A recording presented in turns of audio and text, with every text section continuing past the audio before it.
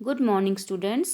आज हम पाठ 5 कैसे चलेगी के प्रश्न उत्तर और पुस्तक कार्य मतलब बुक वर्क करेंगे। ठीक है, तो चलिए हम स्टार्ट करते हैं प्रश्न उत्तर से।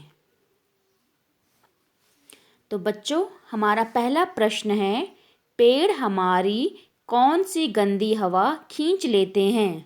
जैसा कि आपने कविता में पढ़ाई था कि पेड़ हमारे आसपास की गंदी हवा खींच लेते हैं, तो वह गंदी हवा क्या होती है? तो उत्तर है, पेड़ हमारे आसपास की कार्बन डाइऑक्साइड खींच लेते हैं, है ना। क्योंकि कार्बन डाइऑक्साइड की ज़रूरत हमारी बॉडी को, हमारे शरीर को नहीं होती है। हमारे शरीर को क्या चाहिए होती है? ऑक्सीजन चाहिए होती है ना। तो जो हमारे लिए ज़रूरी नहीं है वो हमारे लिए क्या हुआ? गंदा ही हुआ ना हमारे लिए, वो वेस्ट हुआ हमारे लिए। तो पेड़ हमारे आसपास की कार्बन डाइऑक्साइड खींच लेते हैं। दूसरा प्रश्न है, पेड़ धरती की मदद कैसे करते हैं? मतलब पेड़ किस प्रकार से हमारी धरती को हेल्प करते हैं? तो उत्तर है, पेड़ धरती को सींचते हैं और बादलों को बुलाते हैं। तो पेड़ क्या करते हैं? धरती को सींचते हैं ना, मतलब धरती को पानी देते हैं। किस प्रकार से? बादलों को बुला करके, है ना।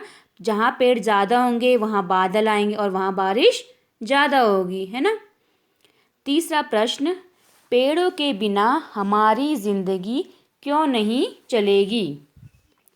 अगर बोला है पेड़ नहीं होंगे तो हमारी ज़िंदगी क्यों नहीं चल सकती बोला, तो उत्तर है, पेड़ों के बिना हमारी ज़िंदगी इसलिए नहीं चलेगी क्योंकि पेड़ों से हमें ज़िंदा रहने के लिए ऑक्सीजन, खाने के लिए फल तथा दवाइयाँ मिलती हैं। क्योंकि पेड़ों से हमें बहुत सी चीज़ें मिलती हैं ना। जैसे अब मेन जो चीज़ मिलती है वो क्या है? हमें प्राणवायु, ऑक्सीजन मिलती है ना, जिसके बिना हम जिंदा रह ही नहीं सकते हैं। इसके अलावा हमें फल मिलते हैं, दवाइयाँ मिलती हैं, है ना। तो इसीलिए पेड़ हमारी ज़िंदगी के लिए बहुत ज़रूरी है, उनके बिना हमारा जीवन पॉसिबल नहीं है। ठीक है, अब हम करेंगे इसके बुक वर्क। ठीक है, तो बुक वर्क का क्वेश्चन है, पढ़ो, समझो और लिखो। आपको पढ़ना है, समझना है और फिर लिखना है। जैसे आपको एक उदाहरण दिया है, पेड़ सहकर धूप खुद देते सभी को छाह अपनी। अब ये पोयम की लाइन्स है ना, आपको इसको अपने शब्दों में लिख सकते हैं कि पेड़ खुद धूप सहकर सभी को छाह या छाया देते हैं। तो पहला आपका क्या है? खींचते रहते निरंतर ये हवा गंदी हमारी। ये आपको कविता की लाइंस दी हैं। अब इसको आपको अपने शब्दों में लिखना है। तो क्या लिखेंगे? पेड़ हमारी गंदी हवा लगातार खींचते रहते हैं। इसी प्रकार से ख है, जाएं इनको काटते ही तो मिलेगी छाह कैसे। तो क्या हो जाएगा इसका? यदि पेड़ों को काटते जाएंगे तो छाह या फिर छाया भी लग सकते हैं, कैसे मिलेगी। ग, और लेने सांस को फिर प्राणवायु कहाँ मिलेगी। तो ये कविता की लाइन्स हैं, आपको हम अपने शब्दों में लिखना है। तो उत्तर होगा, और फिर सांस लेने के लिए प्राणवायु कहाँ से मिलेगी, है ना। अब आपका नेक्स्ट है भाषा से।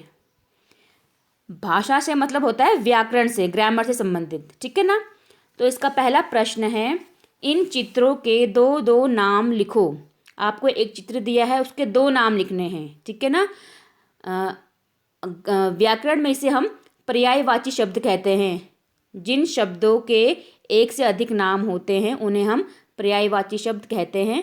इंग्लिश में इसे सिनोनिम्स कहते हैं। जैसे उदाहरण के तौर पर हम आँख को नयन भी कहते हैं, नेत्र भी कहते हैं, है ना। तो आँख के एक से अधिक नाम हो गए तो ये उसके पर्यायवाची शब्द हो गए, नयन और नेत्र। ठीक है।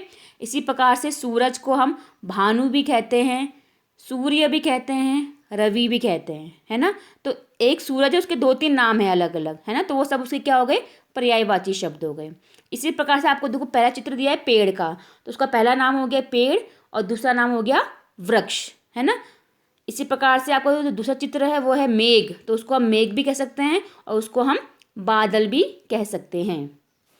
दूसरा प्रश्न आपका है, तुक वाले शब्द लिखो। तुक मतलब होता है राइमिंग वर्ड्स। ठीक है ना, राइमिंग आपने पढ़ा होगा इंग्लिश में, राइमिंग, है ना। जैसे सिट, बिट, है ना। तो ये राइमिंग वर्ड्स हो गए। इसी प्रकार जैसे बाह का छाह, है ना, बोलने में एक जैसे हो रहे हैं ये। तो हवा का दवा, सारी का हारी, खेत का रेत, धरती का करती, सांस का मांस। ठीक है, तो ये आपका हो गया बुक वर्क कंप्लीट। अब आपका है होमवर्क, गृह कार्य। तो गृह कार्य का पहला प्रश्न है, अगर पेड़ न होते तो क्या होता, लिखो। आपको अपने शब्दों में लिखना है कि अगर समझ लो पेड़ अगर धरती पे नहीं होंगे तो क्या होगा, है ना। आपको अपने सोचना है, इमेजिन करना है कि क्या क्या हो सकता है और फिर लिखना है। दूसरा प्रश्न, तुम्हारे घर के आसपास कौन कौन से पेड़ हैं, उनके नाम लिखो। आप अपने घर के आसपास देखिए बहुत सारे पेड़ होंगे, है ना, तो उन पेड़ों के आपको नाम लिखने हैं। ठीक है, तो ये आपका है गृह कार्य।